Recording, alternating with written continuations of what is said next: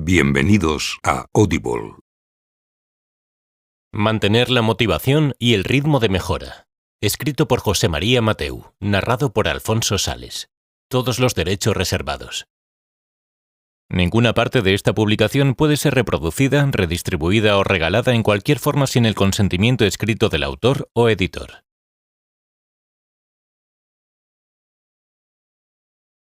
Contenidos.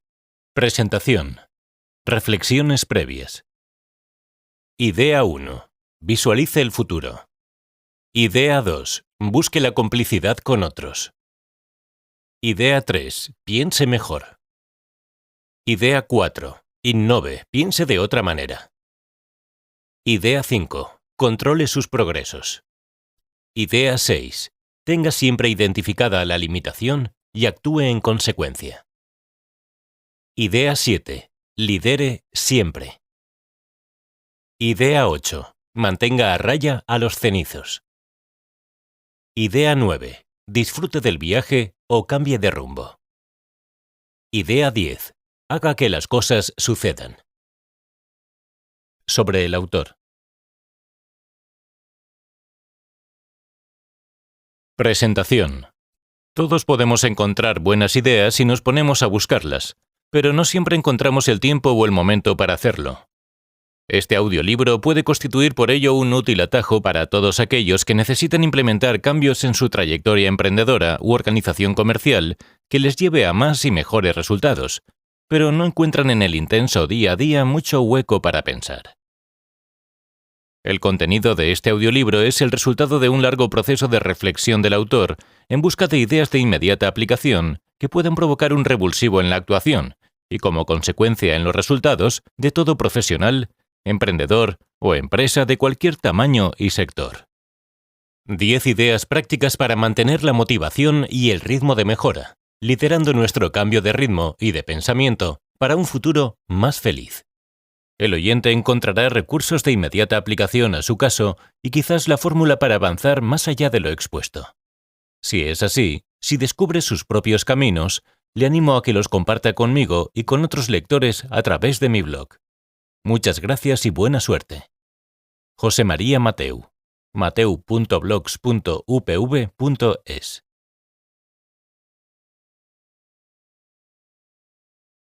Reflexiones previas. En cada capítulo idea encontrará al inicio unas palabras clave, unas cuestiones que preguntarse, una frase de un autor o personaje reconocido, y en ocasiones algún texto adicional más o caso práctico.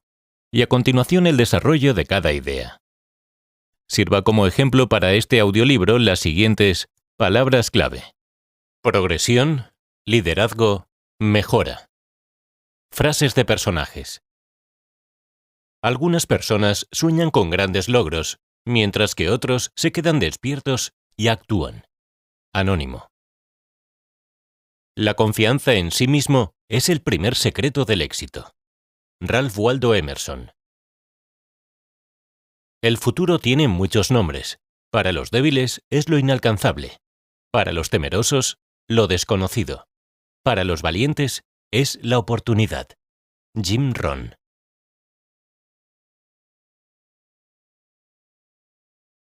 Idea 1. Visualice el futuro. Palabra clave: objetivos. Cuestiones previas. ¿Realmente tiene un proyecto por el que vale la pena trabajar? ¿Cuántas veces al día piensa en sus objetivos? Reflexión. Dame una guerra donde luchar. Dame una meta donde llegar. Grupo musical Ella baila sola. La frase del personaje. No cabe duda de que por cada líder tiene que haber un seguidor. No necesariamente. No hay un único futuro, sino cientos. Gary Hamel y C.K. Prahalad. Caso práctico. Esperamos ser la primera empresa que comercialice la tecnología rDNA, y nuestro plan es crear una gran empresa rentable que fabrique y comercialice productos necesarios para el beneficio de la humanidad. Los usos futuros de la ingeniería genética tienen un gran alcance y son muchos. Cualquier producto que produzca un organismo vivo está prácticamente al alcance de la empresa. Visión recogida en el plan de empresa inicial de Genentech. Desarrollo de la idea. Toda gran obra, antes de existir en la realidad, ha existido en la mente de alguien que la concibió y deseó hacerla realidad. Es la capacidad de concebir ese futuro deseable y de intuir las ventajas que de él se derivan, lo que moviliza la voluntad de las personas.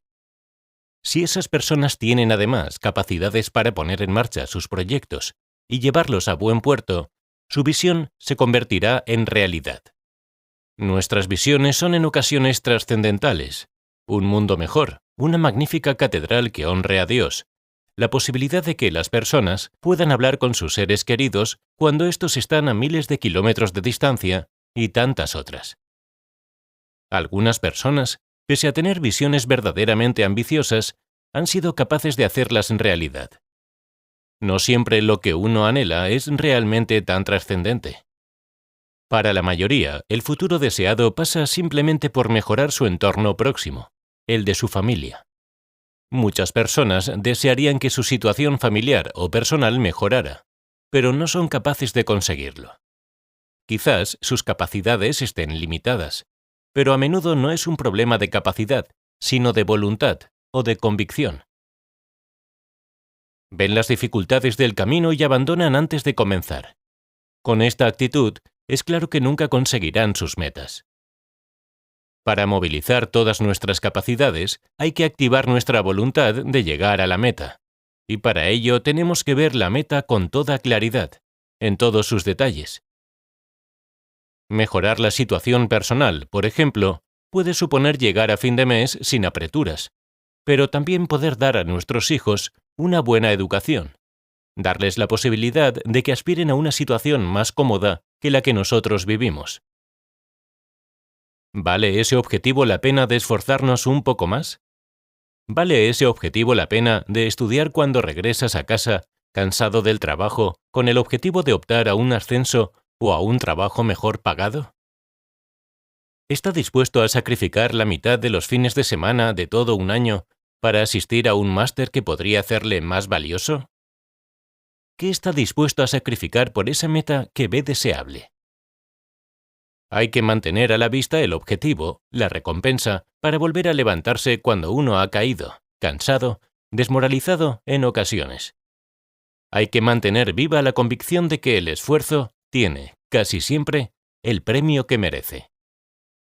La suerte existe, pero suele beneficiar con más tesón a los que la persiguen con ahínco. En tiempos de escasez de oportunidades laborales, se suele descalificar el estudio, la cultura del esfuerzo. Pero lo cierto es que las probabilidades de perder el empleo son mayores en las personas de baja cualificación, y las tasas de desempleo son también mayores en este colectivo. A nivel colectivo, de empresa, por ejemplo, son también las metas compartidas las que pueden movilizar los recursos y las capacidades. Si no hay un destino, el camino puede llevarnos a cualquier otra parte. Si no hay unas metas comunes, cada cual remará en una dirección distinta. Si no hay convicción en alcanzar esas metas, nunca se movilizará el esfuerzo necesario para alcanzarlas, y nunca se alcanzarán.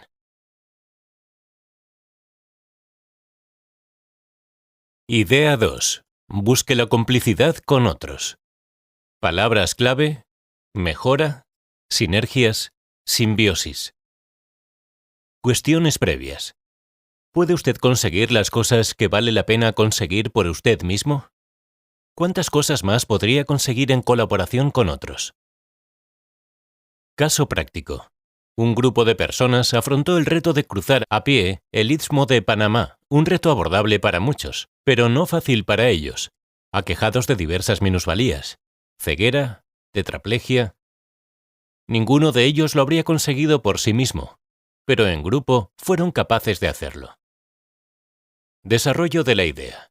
La sinergia es un concepto mágico. La idea sobre la que se debe reflexionar es la de que, según cómo colaboren dos fuerzas, pueden conseguir mucho más que su suma aritmética. Pueden conseguir la multiplicación de sus capacidades.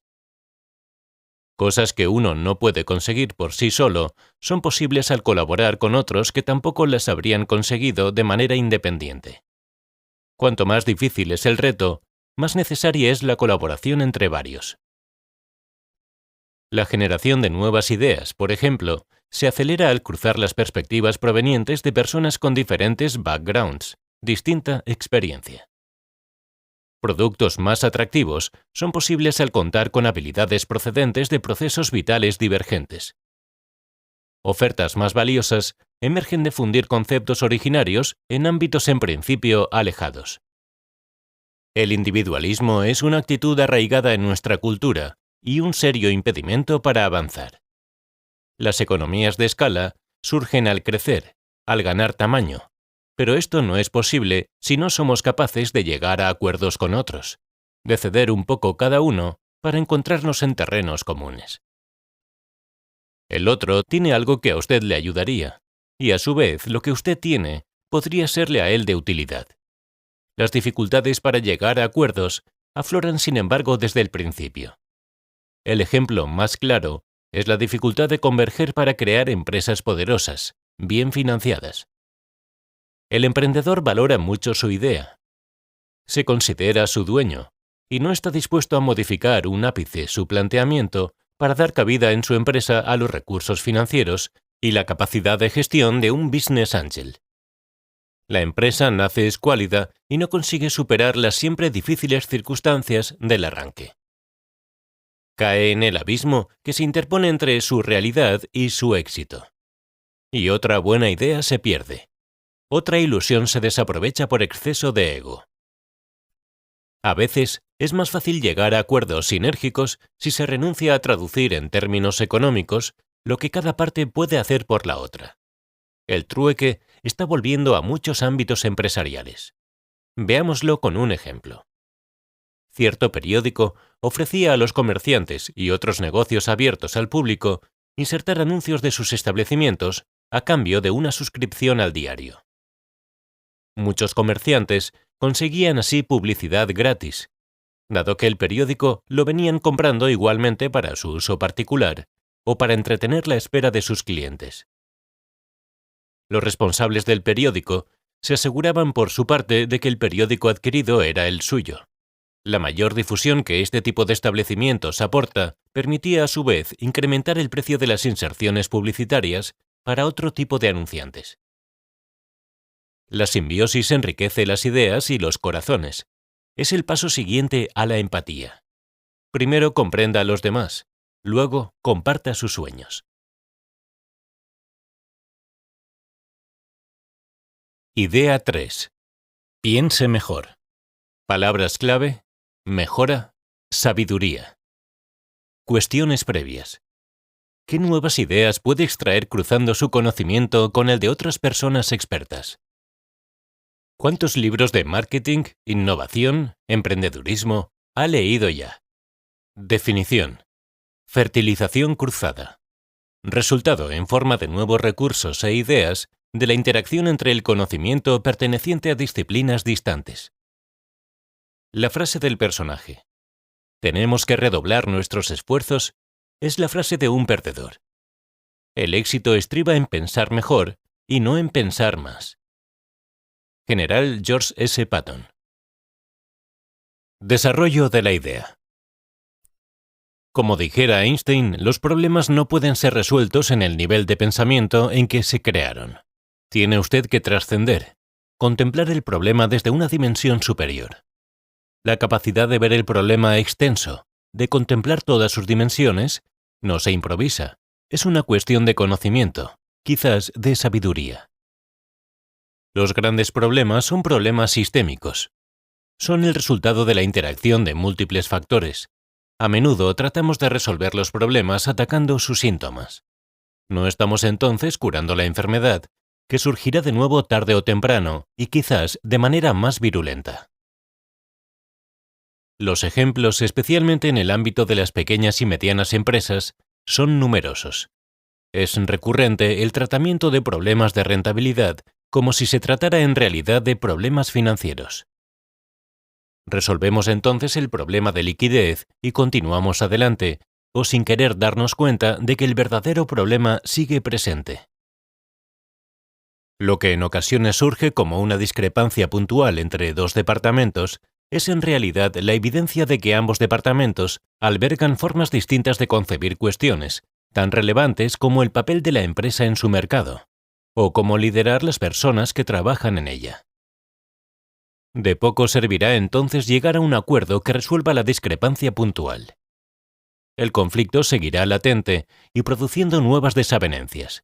Es necesario gestionar el conflicto real y buscar los espacios de consenso para que el conflicto desaparezca. El problema que hoy pueda tener usted sobre la mesa debió empezar a resolverlo hace años, cuando dedicó tiempo a formarse, a crear modelos mentales capaces de describir el fenómeno que hoy le acucia en toda su magnitud. Si no lo hizo, debería usted recurrir a alguien que sí dispone de esos modelos capaces de resolver su problema, alguien que pueda iluminarle, alguien que pueda al menos desbrozarle el camino hacia la solución. El camino al éxito duradero es largo y tortuoso, es un camino de grandeza, como dijera Justo Nieto. Los grandes problemas no tienen soluciones de saldo. Por mucho que nos esforcemos, si no somos capaces de ver el camino de salida, no lo encontraremos.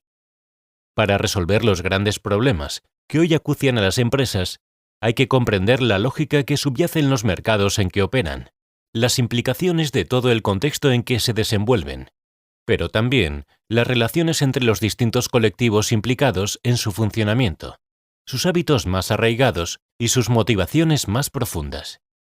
Pensar mejor es, pues, posible a partir de una perspectiva más amplia, a partir de un conocimiento más profundo de los múltiples factores que intervienen en el sistema en cuestión. Pensar mejor es una prerrogativa de los sabios. Atesore un conocimiento profundo y conviértase en el oráculo de su propia organización.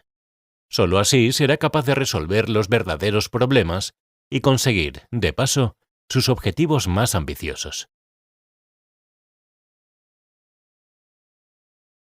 Idea 4. Innove. Piense de otra manera. Palabra clave: innovación. Cuestiones previas. ¿En qué ámbitos de la innovación está trabajando? ¿En cuántos no? ¿Por qué? ¿En cuántos debería trabajar? Caso práctico. Rómulo pasó la mayor parte de su vida dando vueltas en un reducido espacio del antiguo Parque Zoológico de Valencia. Cuando fue trasladado al nuevo y amplio Biopark, le costó años desprogramarse mentalmente, y siguió durante este tiempo dando vueltas en un espacio similar al que antes tenía. Desarrollo de la idea. En su búsqueda de ventajas competitivas, las empresas introducen continuas mejoras en los distintos ámbitos en que actúan. Son así frecuentes los cambios en los procesos productivos en pos de una mayor eficiencia, al igual que son habituales los lanzamientos de nuevas variantes de los productos existentes, persiguiendo una aproximación mayor a los gustos de determinados microsegmentos de clientes. Cuando las circunstancias o la voluntad de crecer aprietan, las empresas se lanzan incluso a la caza de nuevos mercados donde dar salida a sus productos mejorados y fabricados más eficientemente. Las empresas que no lo hacen corren serio peligro de quedar rezagadas y con frecuencia acaban siendo absorbidas o perecen. Se genera así una dinámica competitiva de la que es difícil escapar. Pocos son los mercados que escapan a esta dinámica competitiva basada en una constante innovación incremental.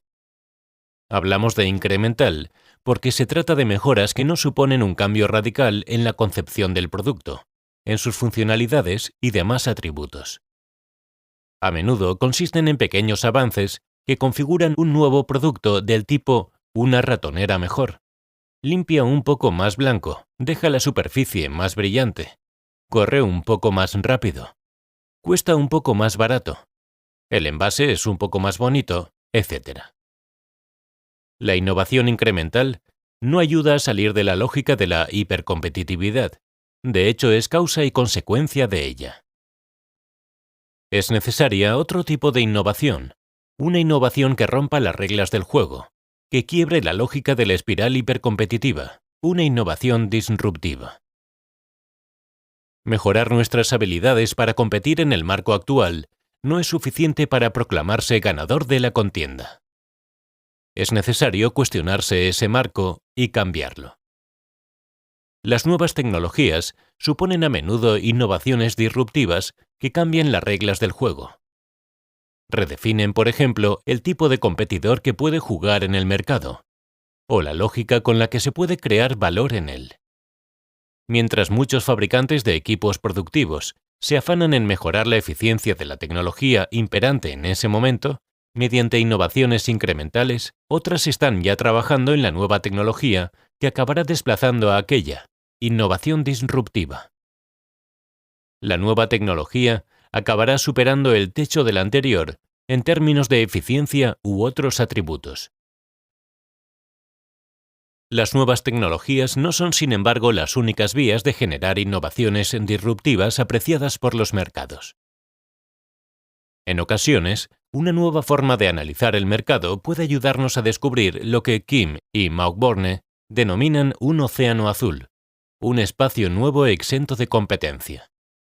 La innovación en modelos de negocio se postula como una prometedora vía para el descubrimiento de nuevas lógicas creadoras de nuevos mercados, de nuevas ventajas competitivas y de márgenes de beneficio no comprimidos por la dinámica hipercompetitiva de los viejos espacios de competencia. Es relativamente fácil descubrir cuándo una nueva propuesta de valor puede crear un océano azul. Basta con preguntar si el nuevo concepto se puede encuadrar o no en la categoría de partida. ¿Es el Circo del Sol un circo? ¿Es la Wii una videoconsola? Cuando la respuesta no es clara, podríamos estar ante un concepto nuevo creador de una categoría nueva. Y si el potencial es alto, puede tratarse de un océano azul. Más difícil es descubrir un océano azul. Probablemente haya que invertir altas dosis de creatividad y rebelarse contra muchas convicciones fuertemente arraigadas.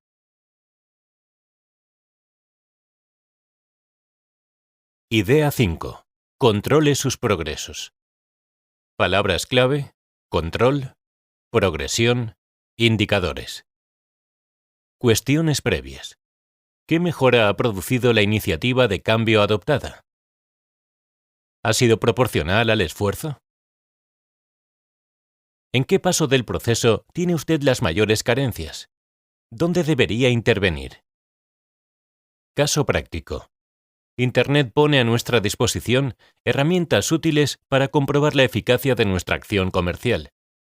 Es el caso de Google Analytics o de la retroactividad de los blogs y redes sociales. Frase del personaje. No se puede medir lo que no se puede escribir. Robert Kaplan y David Penn Norton. Desarrollo de la idea. Lo que no se mide no es susceptible de ser gestionado, mejorado, optimizado. El objetivo de todo cambio, y de toda acción directiva en particular, es acercar los resultados reales a los deseados, a los establecidos como objetivo. Necesitamos medir cuál es el grado de esa aproximación para saber cuál es el grado de cumplimiento de los objetivos. Necesitamos saber si el impacto de las medidas de cambio ha sido el deseado, y si ha sido proporcional al esfuerzo que ha supuesto acometer esa medida. Cualquier iniciativa de cambio puede ir por tanto acompañada del indicador o indicadores que permitan valorar el grado de mejora conseguido y el esfuerzo desplegado para ello. Imaginemos que uno de nuestros objetivos es aumentar el número de clientes y arbitramos para ello algunas medidas. Publicamos un anuncio, compramos una lista, fijamos un objetivo de clientes nuevos mensuales a cada comercial, etc. Deberemos contabilizar periódicamente cuántos nuevos clientes captamos y cuál ha sido la forma de captarlos. El resultado de cada acción habrá que compararlo con el esfuerzo realizado en términos de coste, esfuerzo, tiempo, etc., para evaluar cuál ha sido la medida más eficaz. La continuidad de la acción estará sujeta a que la eficacia sea cuanto menos razonable y a que los resultados sean los previstos. Es especialmente útil para el personal comercial monitorizar cómo progresa el potencial nuevo cliente a lo largo del proceso de conversión de prospectos en clientes, embudo de ventas. Esto nos permitirá deducir en qué fases del proceso tenemos las mayores carencias, en qué fases del proceso debemos intervenir de manera prioritaria para mejorarlo. Las medidas de mejora a adoptar para mejorar el proceso comercial serán previsiblemente distintas según cuál sea el punto del proceso de mayor caída de prospectos. Por ejemplo, 1.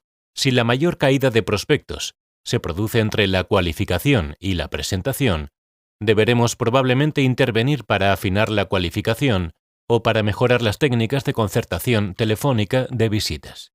2. Si la mayor caída de prospectos en el proceso se produce entre la presentación y la definición de necesidades, deberemos estudiar si nuestra capacidad empática para interpretar las necesidades del cliente son las adecuadas. 3. Si la mayor caída de prospectos en el proceso se produce entre la propuesta técnica y la presupuestación, habrá que analizar si las personas que realizan la propuesta técnica tienen las suficientes habilidades comerciales o quizás estemos ante una mala cualificación de prospectos, incluyendo prospectos para los que nuestra solución técnica no es la adecuada, etc. 4. Si la mayor caída de prospectos en el proceso se produce entre la negociación y el cierre, habrá que analizar si disponemos de las herramientas adecuadas para el cierre y, en su caso, mejorarlas. Habrá que ver en cualquier caso las posibles explicaciones de unos resultados mediocres allá donde se produzcan, ver cuál o cuáles son las causantes del problema e introducir medidas para arreglar el problema. Es decir, los objetivos de mejora del proceso de ventas deben estar orientados a cubrir las carencias más significativas de entre las observadas. Sin los adecuados indicadores para identificar dónde están esas carencias, la estrategia de mejora se convierte en un brindis al sol, que ayudará poco a conseguir el éxito de nuestra máquina de ventas. Idea 6. Tenga siempre identificada la limitación y actúe en consecuencia. Palabras clave: progreso, cuello de botella. Cuestiones previas. ¿Qué está limitando el progreso de su acción comercial? ¿Qué haríamos si la limitación estuviera en producción? ¿Cómo lo haríamos? ¿De qué partiríamos? Frase del personaje. La realidad parece compleja. Sin embargo, en el fondo, funciona en base a reglas muy simples que pueden descubrirse a través de la investigación adecuada. Todo puede reducirse a sencillas relaciones de causa y efecto. Eliyahu M. Goldratt. Desarrollo de la idea. Toda cadena soporta como máximo lo que soporta su eslabón más débil. Todo proceso avanza como máximo al ritmo de su actividad o fase más lenta. En todo proceso existe siempre un cuello de botella, una actividad que limita el flujo del proceso. Identificar y gestionar esa limitación es clave para sacar el máximo rendimiento posible del proceso. Imaginemos un proceso de producción conformado por varias máquinas que actúan de manera consecutiva. Cada máquina somete a la pieza a un tratamiento adicional, de manera que la pieza va tomando forma a lo largo del proceso. El flujo del proceso, el número de piezas procesadas por unidad de tiempo, lo marca la máquina más lenta. Las máquinas situadas antes de esta podrán ir más rápido y acumular piezas semi-elaboradas a la entrada de la limitación, pero esto no hará que el proceso fluya más rápido. Las máquinas situadas tras la limitación, aunque puedan ir más rápido, no lo harán, porque necesitan que la máquina más lenta termine de procesar las piezas. Es importante entonces garantizar que esa máquina que limita el proceso se detenga lo mínimo posible. Habrá que vigilar que saque el máximo rendimiento de que es capaz. Debemos hacer trabajar las máquinas que la preceden en el proceso, de manera que ésta siempre tenga material a procesar. El proceso comercial responde a criterios de funcionamiento más parecidos a un proceso de fabricación de lo que podría parecer a simple vista. Los prospectos son cualificados y contactados con el propósito de convertirlos en clientes. Ese proceso de conversión tiene sus propios ritmos de conversión, porque el cliente puede estar ligado a otro proveedor o no tiene la necesidad en el momento en que le mostramos nuestra oferta. A menudo los esfuerzos del comercial se centran en el proceso de negociación de los primeros pedidos, intentando cerrar la venta. El problema viene cuando esa prioridad le hace descuidar tareas anteriores en el proceso de conversión de otros prospectos. Cuando el comercial cierra el acuerdo con el primer cliente de su lista, se vuelve a los siguientes prospectos en cartera y descubre que la mayoría de ellos han permanecido largo tiempo desatendidos y que van a requerir todavía un largo proceso de aproximación, presentación, etc. El resultado es una ralentización del flujo de pedidos. El comercial debe tener muy presente los ritmos a los que va a poder ir transformando los prospectos en clientes. Solo una gestión armónica de esos flujos, del avance de cada prospecto a lo largo del embudo de ventas, le garantizará un flujo adecuado de pedidos al final del proceso. En otras ocasiones, la limitación no está en el ritmo de avance en las primeras etapas del proceso de venta, sino en el número de prospectos que entran al proceso. Siempre habrá una limitación. Tenerla identificada permitirá organizar el proceso de forma que se consigan los resultados permitidos por esa limitación, no más, pero tampoco menos. Eliminar la limitación suele implicar esfuerzos mayores. A veces la limitación está en la forma de hacer las cosas del comercial, y cambiar esa forma de hacer las cosas es la única forma de romper la limitación.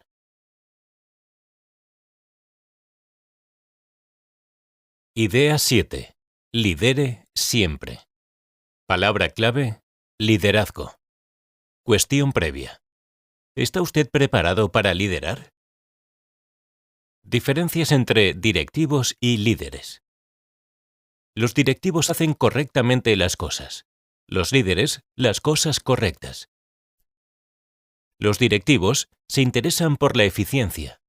Los líderes se interesan por la efectividad. Los directivos administran, los líderes innovan. Los directivos mantienen, los líderes desarrollan. Los directivos se centran en programas y estructuras. Los líderes se centran en las personas. Los directivos confían en el control. Los líderes confían en la confianza. Los directivos tienen una visión a corto plazo. Los líderes tienen una visión a largo plazo. Los directivos preguntan cómo y dónde. Los líderes preguntan qué y por qué. Los directivos aceptan el status quo. Los líderes desafían el status quo. Los directivos se centran en el presente. Los líderes se centran en el futuro. Los directivos desarrollan procesos detallados. Los líderes desarrollan visiones y estrategias. Los directivos buscan la prevención y el orden. Los líderes buscan el cambio. Los directivos evitan riesgos.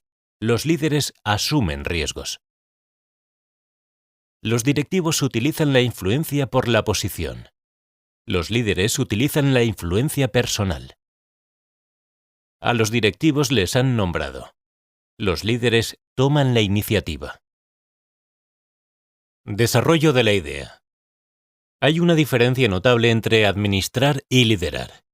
La administración es una actividad enfocada al presente. El liderazgo se enfoca al futuro.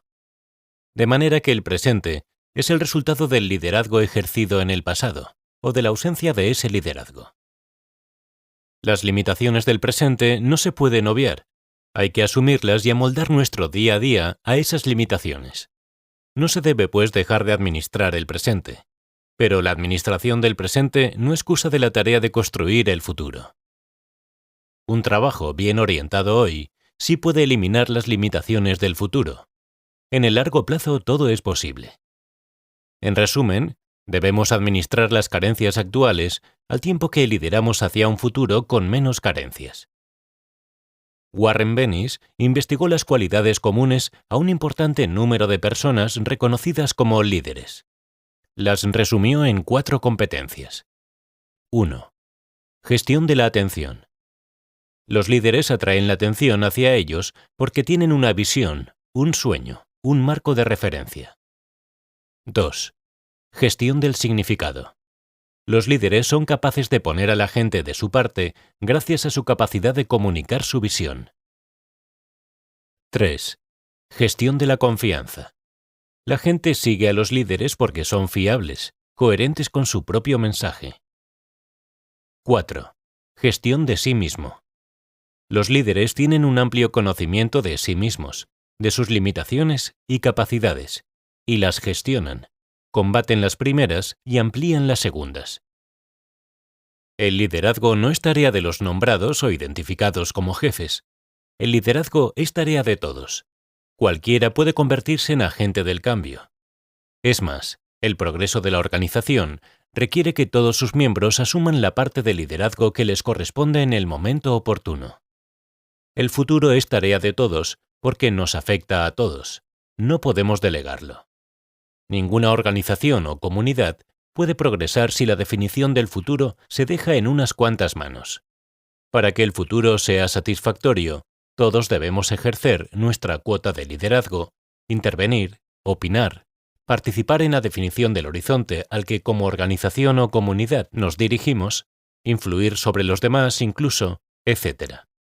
Es lo que se ha venido a denominar el liderazgo distribuido.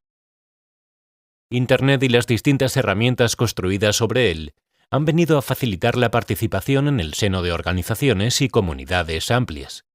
Resulta curioso que en muchas organizaciones y empresas más reducidas florezcan miedos y otros factores, no siempre justificados, que bloquean las iniciativas de cambio. En nuestro caso, el jefe que desalienta la participación es un dinosaurio en vías de extinción.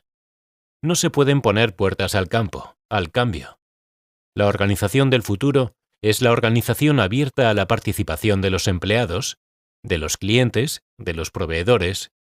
Solo abriendo la organización a la participación de todos, alcanzaremos un futuro que ilusione a todos, que movilice las energías de todos. El reto está sobre la mesa. No espera a gestores, espera a líderes. Idea 8. Mantenga a raya a los cenizos. Palabras clave: mejora, sinergias, progreso. Cuestión previa. ¿Está usted preparado para hacer frente a aquellos que planteen dudas sobre su capacidad para superar los retos? Definición. Inhibidores. Acciones que obstaculizan el avance de los procesos virtuosos. Operan usualmente en el plano mental, en forma de miedos y dudas. La frase del personaje. El éxito es la habilidad de ir de fracaso en fracaso sin perder el entusiasmo. Winston Churchill. Desarrollo de la idea. Los objetivos marcados, deseables y ambiciosos impulsan la organización, pero no todos son buenas noticias. En paralelo a esos objetivos surgen, de manera espontánea, argumentos que impiden el avance. Las propias dudas respecto a la capacidad de la organización para alcanzar esos objetivos son los más evidentes. Desgraciadamente no son los únicos. Determinados miembros de la organización pueden pensar que los objetivos a los que se dirige la organización, al introducir determinados cambios, pueden resultar perjudiciales para ellos en términos de poder, estatus, retribución o cualquier otro factor motivador. Su acción puede limitarse entonces a no colaborar en el proceso de cambio, o en el peor de los casos, a oponerse explícita o implícitamente al avance en la dirección marcada. El impulsor del cambio puede entonces asumir una tarea adicional a su ya de por sí titánico esfuerzo, la de gestionar esta oposición. Tendrá que ser capaz de negociar con los agentes inhibidores, neutralizar sus miedos, rebatir sus objeciones. Los inhibidores actúan preferentemente en el plano mental, estableciendo límites y barreras que dificultan el avance de las iniciativas de cambio y frenando los procesos virtuosos que juegan a favor de la mejora. Los más frecuentes hacen referencia a la falta de pertinencia. No es el momento. De autoridad. No nos permitirán hacerlo. O de credibilidad. No tenemos capacidad de hacerlo. En otros casos, los inhibidores se manifiestan en forma de temor o ansiedad en los implicados, o cuestionando los criterios utilizados para medir o evaluar el ritmo de los avances. Los promotores del cambio en la organización deben anticiparse a los miedos y no minusvalorarlos. Cambios insignificantes pueden en ocasiones resultar magnificados por rumores o malentendidos. Una buena gestión de la comunicación interna es clave para evitar este tipo de problemas. La formación de las personas implicadas en el cambio es la otra herramienta clave para combatir los temores. Gestionar adecuadamente los tiempos de cambio es otro recurso fundamental. Las iniciativas de cambio deben planificarse de manera que los ciclos naturales de cambio jueguen a favor. Para ello es necesario comprender en qué medida el cambio propuesto exige adaptaciones en la cultura de la organización. Los cambios culturales son en realidad cambios en los paradigmas asumidos por las personas, y estos siempre requieren tiempos más dilatados que los cambios de otros, en procesos, equipamiento, etc. En cualquier caso, son ritmos de cambio mucho más lentos que los promotores del cambio desean. El recurso clave en la gestión del cambio es, no obstante, el adecuado liderazgo del proceso de cambio. Este liderazgo no tiene que ser asumido necesariamente por la dirección, pero tiene que haber una o varias personas fuertemente comprometidas con ese cambio, ya sea por convicción o mandato de esa dirección. Esas personas deben disponer del poder o la autoridad suficientes como para poder impulsar el proceso y combatir los inhibidores.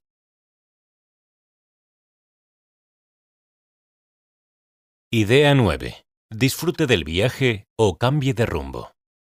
Palabras clave: liderazgo, satisfacción, error. Cuestión previa. ¿Va a ser usted realmente útil si no disfruta con lo que hace? Reflexión. Y al andar descubrió la maravilla del sonido de sus propios pasos en la gravilla. Grupo musical Radio Futura. Caso práctico. Un diseñador de juegos, Gunpei Yokoi, preguntó a su jefe: ¿qué tengo que hacer? El jefe de Nintendo, Hiroshi Yamauchi, le contestó: algo grande. Citado por Tom Peters. Frase del personaje. Hay que ver lo que es sacar la pata una vez que la has metido. Ejercicio nada fácil. Con los años va siendo menos difícil, pero no es nada fácil. Juan Carlos Vázquez Dodero. Desarrollo de la idea. No es fácil acertar a la primera. No lo es porque vamos aprendiendo sobre la marcha, lo que implica que uno es básicamente ignorante cuando toma sus primeras decisiones. Sea como fuere, las decisiones del pasado nos sitúan en un rumbo que quizás descubramos más tarde, que no es el que más nos conviene, que no es el que más nos motiva. Cambiar de rumbo es difícil, porque significa renunciar a parte de lo poco o mucho que hemos conseguido. Pero no cambiar de rumbo puede significar la renuncia a lo poco o mucho que podemos conseguir. ¿Cuándo dejarlo? ¿Cuándo abandonar un proyecto, una actividad, una táctica, un trabajo? No hay una respuesta nítida porque es una pregunta equivocada. En realidad, los seres humanos solo afrontamos un único proyecto a lo largo de toda nuestra vida, nuestro exclusivo e irrepetible proyecto vital. Abandonar un proyecto concreto no nos da satisfacciones ni parece probable que nos las dé, significa en realidad enderezar el rumbo de nuestro verdadero proyecto, el de nuestra vida. La pregunta correcta sería: ¿sigue teniendo sentido este proyecto concreto en el conjunto de mi vida? Cierto empresario dedicó 2 décadas a impulsar y gestionar un proyecto periodístico, un semanario deportivo de distribución nacional y proyección internacional. El proyecto nunca tuvo demasiada solvencia económica. Cuando los problemas financieros empezaron a crecer, el empresario apuntaló el proyecto con fondos procedentes de otros negocios que no eran exclusivamente suyos, pero que él administraba. Para cuando sus socios descubrieron el fraude, el semanario deportivo se había llevado por delante su dinero. El proyecto personal devoró los ahorros de familiares y amigos. Arruinó hasta a su propio hijo. El empresario trató sin éxito de quitarse la vida. El caso está en los juzgados. El daño es, en cualquier caso, difícil de reparar. Son muchas las personas que dilapidan sus vidas al apostar su proyecto vital en un proyecto empresarial o a su ambición por convertirse en un deportista de élite o en un artista famoso. Dicen con razón que la felicidad no la da el hacer lo que te gusta, sino el que te guste lo que haces. Todo en la vida tiene su lado amargo y su lado positivo. Saber valorar lo positivo en todo lo que hacemos es necesario para disfrutarlo. En todo caso, si no somos capaces de hacer esto, lo mejor es cambiar de rumbo. Muchas personas disfrutan realizando trabajos que, para otros, resultan poco estimulantes. Si no es su caso, si usted no es capaz de disfrutar con lo que hace, plantéese seriamente cambiar. Fórmese, invierta tiempo y recursos en prepararse para acceder a otro, en convertirse en alguien valioso para las empresas que ofrecen ese tipo de trabajo que usted anhela. Si su anhelo es montar una empresa, prepárese a fondo para hacerlo y hágalo. Muchas personas no lo hacemos por miedo al fracaso. Reflexione. ¿Qué mayor fracaso que no intentarlo? ¿Qué mayor fracaso que dedicar una tercera parte de su tiempo a algo que no le motiva? Recuerde que la fortuna sonríe a los audaces.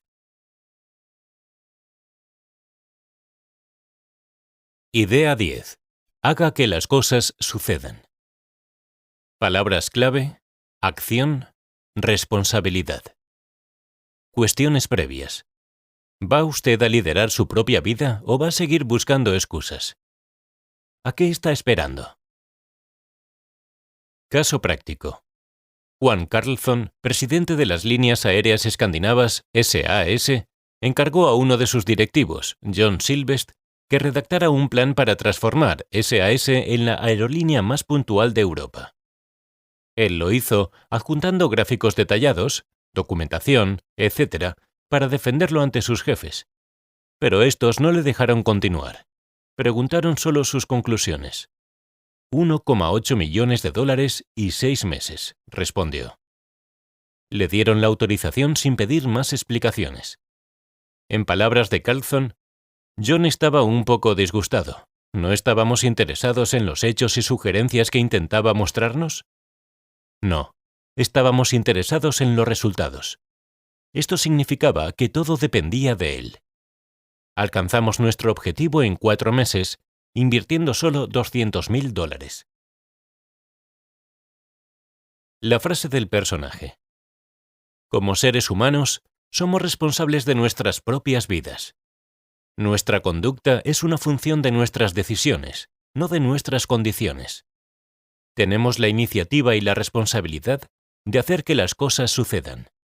Stephen R. Covey. Desarrollo de la idea. El presente que vivimos es la consecuencia de las decisiones que tomamos o dejamos de tomar en el pasado. El presente no tiene remedio. Lo que tiene remedio es el futuro, porque el futuro que viviremos es la consecuencia de las decisiones que estamos tomando o dejando de tomar ahora. Construir el futuro es muy distinto de gestionar el presente. Construir el futuro requiere de empatía, de visión, de entusiasmo y de capacidad de entusiasmar. Son estos los rasgos que definen a los líderes. Construir el futuro requiere líderes. Construir el futuro no es evidente. Requiere mirar más allá del corto plazo, aun cuando ese corto plazo esté tan omnipresente que apenas sí deja mirar más allá. Construir el futuro es difícil, porque exige renuncias ahora, en favor de unos beneficios que solo vendrán en el largo plazo y que quizás beneficien a otros más que a nosotros mismos. Quizás sean nuestros hijos. Construir el futuro es arriesgado, porque los caminos no son obvios. Hay que explorarlos. Son caminos inhóspitos, exigentes para el pionero. Requieren perseverancia y trabajo duro y rigor intelectual. Son los caminos de grandeza de Justo Nieto. Frente a esos caminos de grandeza, se postulan a veces soluciones rápidas, parches que palían el dolor de hoy, pero no combaten una enfermedad que resurgirá de nuevo con fuerza más adelante. La responsabilidad de construir el futuro no es de un líder carismático que nos ilumine y nos guíe cual Moisés conduciendo al pueblo hebreo. Cada uno de nosotros puede asumir su cuota de responsabilidad y preguntarse: ¿cómo puedo yo dejar de ser parte del problema y convertirme en parte de la solución? La emergencia de cualquier colectivo pasa porque una gran mayoría de sus miembros sea capaz de responder a esta pregunta y actuar, poner en marcha la respuesta. La semilla de nuestro éxito futuro está pues en nosotros mismos. Como alentar a Gandhi, sea usted mismo el cambio que quiere realizar. Conviértase en motor del cambio, en creador de oportunidades. Esa capacidad reside en usted, escondida bajo capas de consecuencia, resignación, desconfianza en sus propias capacidades, pereza. Solo tiene que dar el primer paso. Decir sí puedo a ese reto, a esa oportunidad de mejora que tiene ante sus ojos. El premio compensará el esfuerzo sobradamente. Créame, crea a los que ya han recorrido ese camino. Descubrirá en usted mismo un nuevo yo, uno revestido de confianza en sí mismo, rebosante de vitalidad, de entusiasmo, de capacidades hasta entonces desconocidas. Un nuevo yo que decide el futuro que quiere y no se conforma con el que las circunstancias o los demás le imponen. Un nuevo yo capaz de asumir un papel relevante en la construcción de un futuro mejor para usted y para los que le rodean. Ese nuevo yo puede ser usted mismo o no. La decisión, en cualquier caso, es suya. O no intentarlo, o triunfar. Ovidio.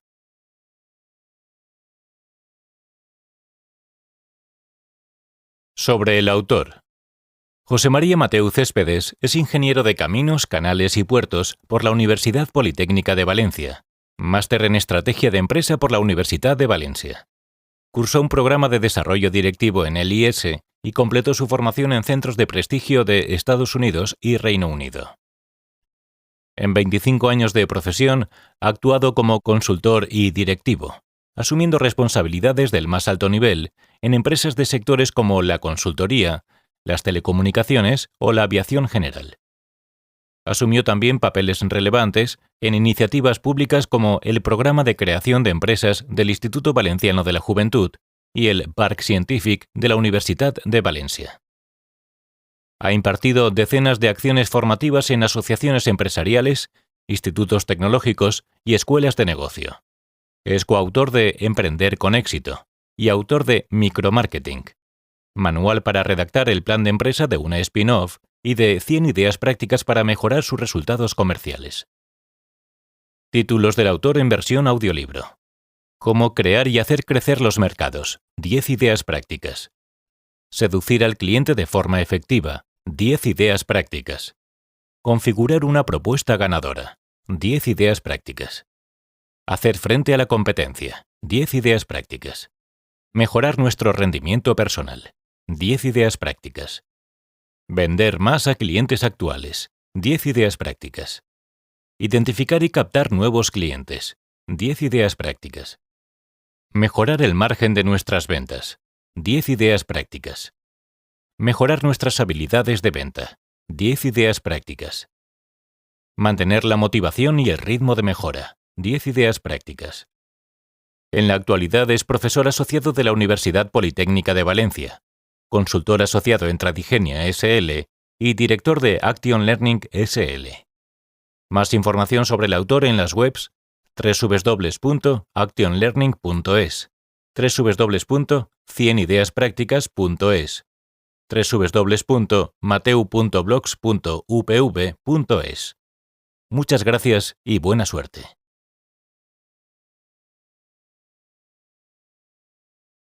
Aquí termina Mantener la motivación y el ritmo de mejora.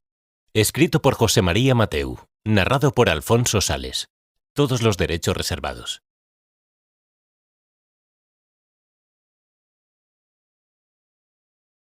Esperamos que hayas disfrutado de este título. Te invitamos a que encuentres tu próxima historia en la web de Audible o en nuestra aplicación.